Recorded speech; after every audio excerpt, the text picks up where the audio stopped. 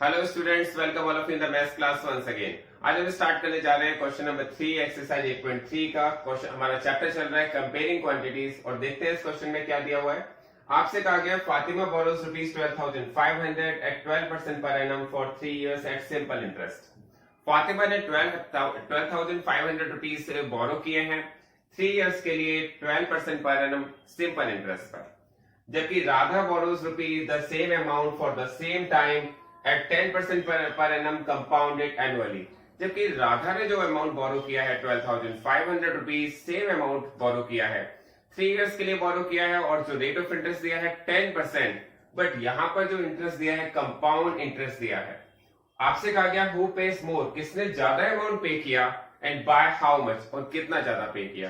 तो क्वेश्चन बहुत क्लियर है। यहाँ पर दो गर्ल है, एक फातिमा है, दूसरी राधा है। बहुत ही क्लियर, आप सबको समझ में आ गया होगा। फातिमा ने जो अमाउंट लिया है वो प्रिंसिपल अमाउंट वो 12,500 है। जो रेट ऑफ इंटरेस्ट फातिमा पे कर रही है वो 12% पर एनम का है, टाइम 3 इयर्स का है और सिंपल इंटरेस्ट पर दिया हुआ है। तो सबसे पहले हम देखते हैं सिंपल इंटरेस्ट इसे कितना पे करना पड़ा। तो सिंपल इंटरेस्ट का फॉर्मूला होता है P into R into T upon 100। ये फॉर्मूला आप सबको आ जाना चाहिए, बहुत ही क्लियर, बहुत ही इजी फॉर्मूला है।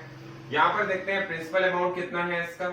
प्रिंसिपल अमाउंट है 12,500, रेट ऑफ इंटरेस्ट है 12% का, टाइम है 3 इयर्स का, अपॉन में आपको रखना है 100। जब आप 0 से 0 को कट कर देंगे तो आपको क्या करना पड़ेगा, 125 और 12 3 जा 36। अब आप देखेंगे, आप 125 का 36 से मल्टीप्लाई करेंगे तो आपके पास आ जाएगा ₹4500। तो ये जो अमाउंट है ये पे किया है फातिमा ने 12,500 जो प्रिंसिपल अमाउंट था उसके ऊपर। तो जो फातिमा का जो इंटरेस्ट आ गया सिंपल इंटरेस्ट, ये आ गया है 4500 रुपीज। अब देखते हैं राधा ने क्या अमाउंट पे किया है। तो मैंने देखा कि राधा का जो प्रिंसिपल अमाउंट था वो भी सेम है 12,500। जो टाइम है, क्योंकि टाइम को हम n से डिनोट करते हैं in case of compound interest. Rate of interest को स्मॉल r से करते हैं जो 10% पर एनम है। आपको यहाँ पर कंपाउंड इंटरेस्ट फाइंड करना है। देखिए, मैंने आपको बताया कंपाउंड इंटरेस्ट फाइंड करने का कोई डायरेक्ट फॉर्मूला तो नहीं है, लेकिन हमारे पास एक फॉर्मूला है A is equal to P into 1 plus R upon 100 to the power n। ये हमारे पास एक फॉर्मूला है जिससे हम अमाउंट फाइंड कर सकते हो। जब अमाउंट आ जाता है उसमें प्रिंसिपल अमाउंट माइनस कर देते हैं तो हमारे पास कंपाउंड इंटरेस्ट आ जाता है। तो यहाँ पर A is equal to P into 1 plus R upon 100 to the power n। P के प्लेस पर हमारा अमाउंट आएगा 12,500, 1 प्लस R हमारे पास दिया है 10% का, अपॉन में दिया है 100 टू दी पावर 3। तो आपको क्या करना है, 0 से 0 को कट करना है और 0 से 0 को कट करके अब आपको क्या करना है, यहां पर आप इन दोनों का एलसीएम लेंगे। देखिए, यहां पर है 10, यहां पर है 1। अगर हम इन दोनों का एलसीएम लेते हैं तो आपके पास आ जाता है 10। 1 10 जा 10, तो यहां पर आ जाता है 10 1 जा 10, 10 1 जा 10, देन 1 1 जा 1। तो आपके पास ये सॉल्व होकर आ जाएगा 12,500 और ये आ जाएगा 11 अपॉन 10 की पावर 3। ये मैं समझता हूं आपको बहुत ही ज्यादा क्लियर हो रहा होगा, यहाँ पर किसी तरह की प्रॉब्लम नहीं है। 12,500, अब आपको क्या करना है, 11 अपॉन 10 की पावर 3, इसके ब्रैकेट को ओपन करना है। जब इसका ब्रैकेट ओपन करते हैं तो आप कहते हैं 11 इंटू 11 इंटू 11, 10 इंटू 10 इंटू 10, मतलब इसकी पावर अगर 3 है तो आपको ये वैल्यू 3 टाइम्स मल्टीप्लाई करनी है। तो जब आप इसको सॉल्व करते हैं तो देखिए 0 0 2 0 से 2 0 कट जाती है। इसके बाद आप देखेंगे यहां पर आप इसमें लिखेंगे 125 इंटू, देखिए 11 इंटू 11 इंटू 11, आप इनका जब मल्टीप्लाई करेंगे तो आपके पास आएगा 1331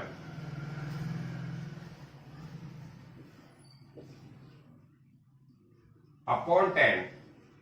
जब आप इसका मल्टीप्लाई करते हैं 125 का 1331 से तो आपके पास आता है 166,375 और अपॉन में रखा है 10, तो आपके पास जो फाइनल आंसर आ जाता है 16637.5। ये आपके पास 10 से अगर आप डिवाइड कर देते हो तो ये इसका आंसर आ जाता है। लेकिन ये अमाउंट है, आपसे पूछा गया कंपाउंड इंटरेस्ट। तो कंपाउंड इंटरेस्ट फाइंड करने का हमारे पास एक फॉर्मूला है जो है A माइनस P।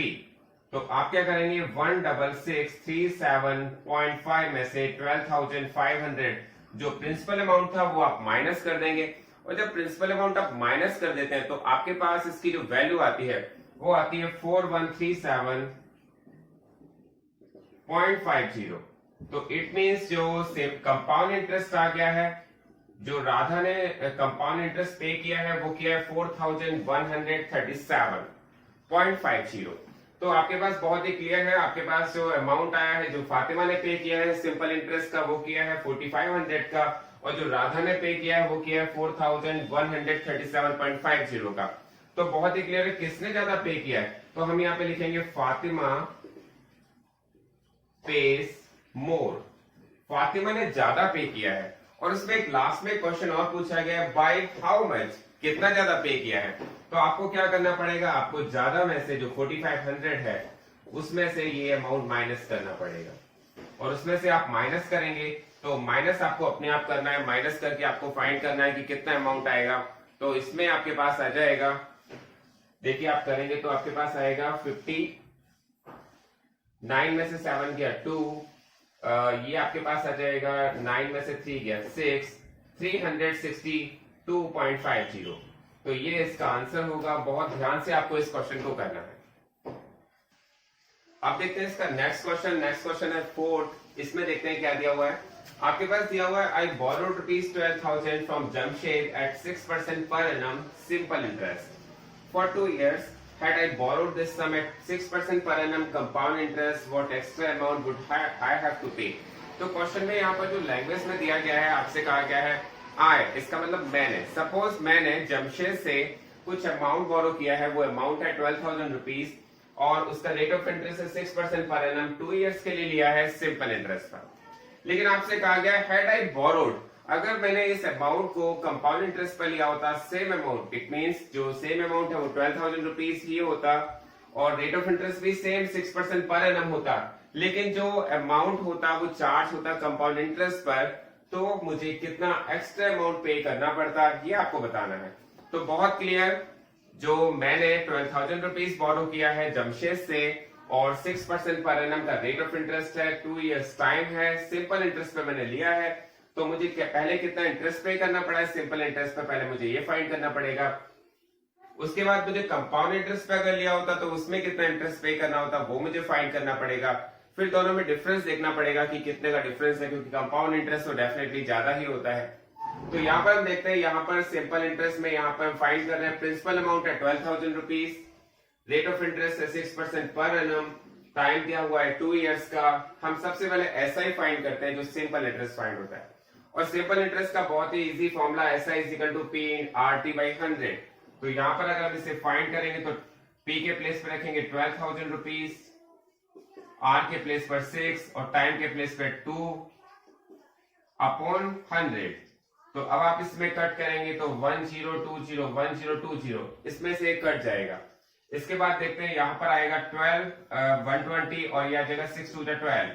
जब आप इसका इससे मल्टीप्लाई करेंगे, 12 का 12 से मल्टीप्लाई करते हैं तो 144 आ जाता है और 0 लग जाएगी। इट मींस अगर मैं ये अमाउंट सिंपल इंटरेस्ट पर ले रहा हूँ 12,000 रुपीज 6% पर एनम के रेट पर 2 years के लिए, तो मुझे जो पे करना है, जो इंटरेस्ट पे करना है, जो सिंपल इंटरेस्ट पे करना है वो है ₹1440। ये हमारे पास सिंपल इंटरेस्ट है। सपोज क्वेश्चन में कहा गया है अगर मैंने ये same amount same rate of interest पर सेम टाइम 2 years के लिए कंपाउंड इंटरेस्ट पर लिया होता तो मुझे कितना अमाउंट पे करना पड़ता। तो उसके लिए मुझे फॉर्मूला यूज करना पड़ेगा A equal to P into 1 plus R upon 100 to the power n। और आप सबको पता ही है प्रिंसिपल अमाउंट यहाँ पर भी 12,000 है, रेट ऑफ इंटरेस्ट 6% है, टाइम 2 years का है और टाइम को हम यहाँ n से रिप्रेजेंट करते हैं। तो A हमारा कितना आ जाएगा, जो अमाउंट आएगा तो प्रिंसिपल अमाउंट के प्लेस पर 12,000 पुट करेंगे, 1 प्लस R हमारा 6% है, टाइम दिया हुआ है 2 years का। अब मैंने आपको बताया था जो वैल्यू हमारी इजीली कट जाती है उसे काट लेते हैं, तो यहां पर मैंने इसको कट किया है, तो यहां पर मैंने कट किया 3 आ गया है और यहां पे इसको कट किया तो 50 आ गया है। और अगर मैं इसका एलसीएम ले लेता हूं तो 1 और 50 का एलसीएम आ जाता है 50, और मेरे पास यहाँ पे आ जाता है 150, तो यहाँ पर 50 आ जाएगा, यहाँ पर 3 आ जाएगा और पावर लग जाएगी 2।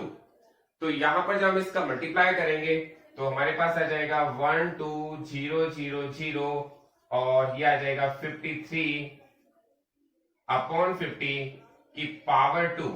और इसको अगर ओपन करेंगे 12,000 इंटू 53 इंटू 53 अपॉन 50, तो ये हमारे पास वैल्यू आ जाएंगी। और अब इसको कैलकुलेट कैसे करना है, बहुत ध्यान से आप इसे करिएगा। कैसे करते हैं, सबसे पहले 10 से 10, 20 से 20 कट गई है। उसके बाद हमने 5 को 5 से कट कर दिया है, 5 2 10, 5 4 20। अब हमारे पास जो कैलकुलेशन है वो आया है 24 और हमारे पास है 53 इंटू 53 और अपॉन में है 5।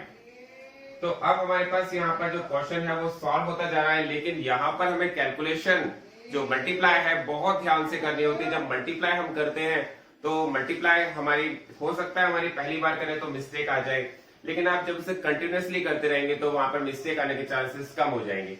तो आपने जब मल्टीप्लाई किया है तो आपके पास आया 67416 अपॉन 5।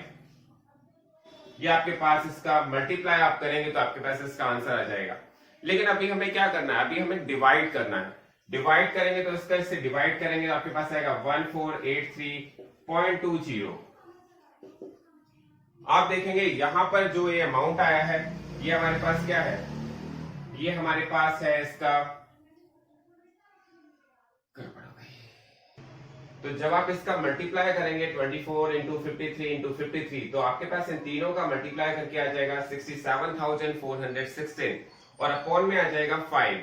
ये आपको डिवाइड भी आपको अपने आप करके देखना है। डिवाइड आप करेंगे तो आपके पास आ जाएगा 13,483.2। ये जो कैलकुलेशन का वर्क है मैं आपके लिए छोड़ रहा हूँ, आपको करना है बहुत अच्छी तरह से। हो सकता है आप एक दो बार इसको करें तो हो सकता है थोड़ी मिस्टेक्स आ रही हो, लेकिन ये मिस्टेक धीरे धीरे रिमूव हो जाएंगी, क्योंकि ज्यादा से ज्यादा अगर हम प्रैक्टिस करते हैं तो हमारी प्रैक्टिस अच्छी हो जाती है और जो गलतियां आती है वो रिमूव होना शुरू हो जाती है। तो यहाँ पर हमारे पास जो इसका अमाउंट आया है, क्योंकि हम अभी जो हम फाइंड कर रहे हैं वो अमाउंट फाइंड कर रहे हैं, और अगर हम कंपाउंड इंटरेस्ट फाइंड करते हैं तो उसके लिए हमें a माइनस p करना होता है। अमाउंट में से प्रिंसिपल माइनस करेंगे तो कंपाउंड इंटरेस्ट आ जाएगा।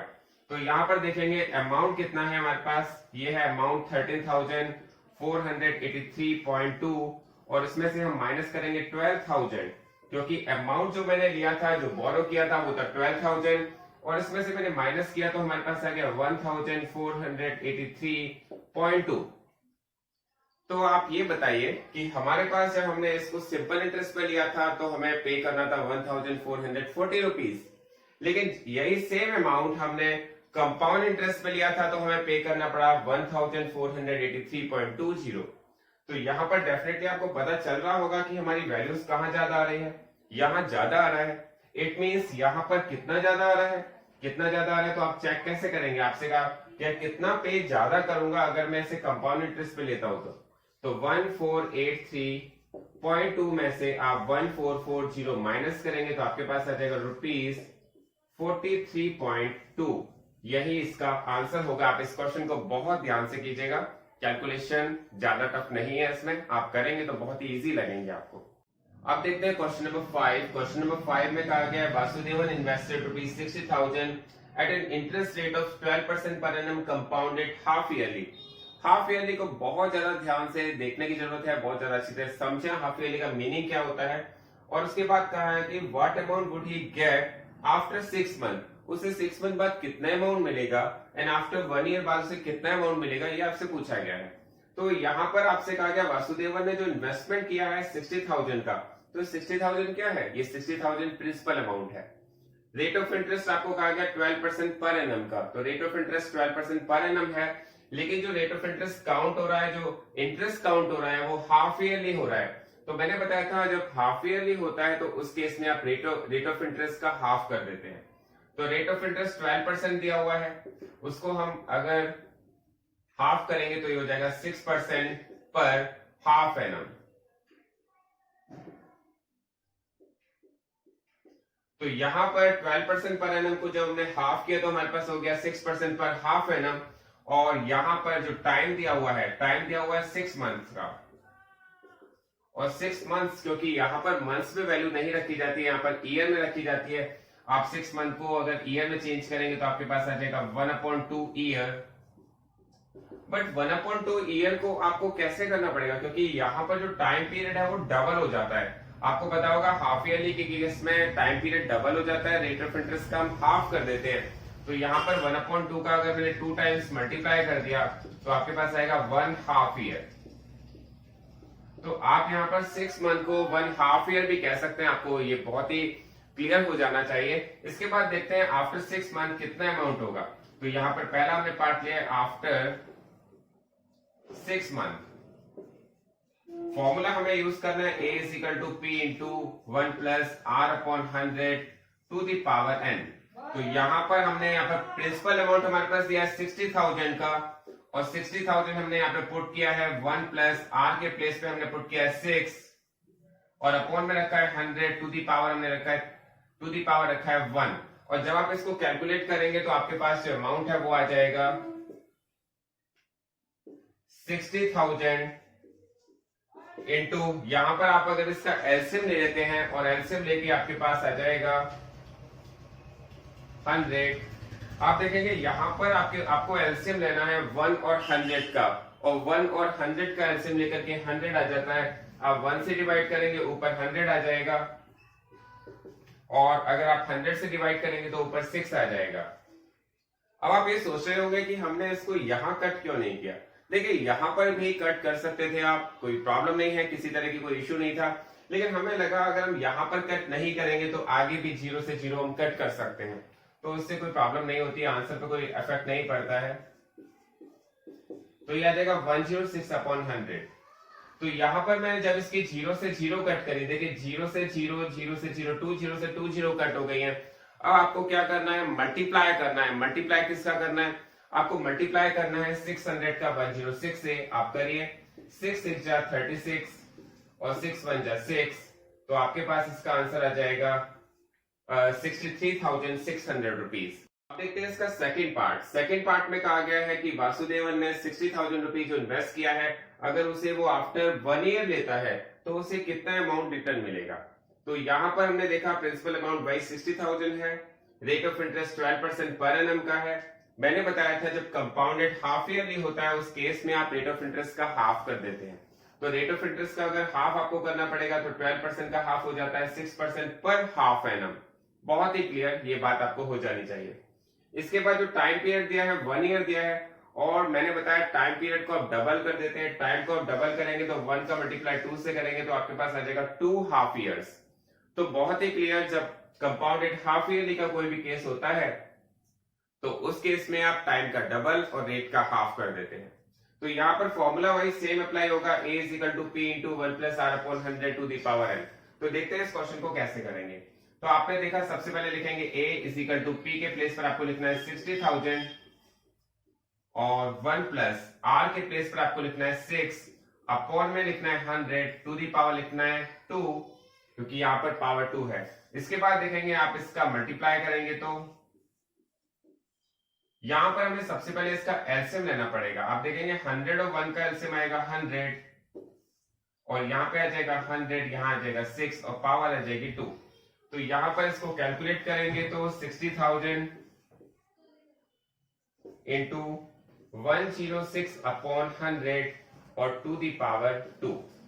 बहुत ही क्लियर आपको ये हो जाना चाहिए, क्योंकि यहां पर 100 में 6 ऐड किया 106/100 आ गया 60,000। इसका मल्टीप्लाई 106/100 को अगर हम स्क्वायर ओपन करेंगे तो कितना आ जाएगा 106 इंटू 106/100 इंटू 100। तो यहां पर मैंने इसके जीरोस को कट किया है। यहां पर जीरोस कितनी है 1 2 3 4, 1 2 3 4, 4 जीरो से 4 जीरो कट गई, मेरे पास आया 6 इंटू 106 इंटू 106।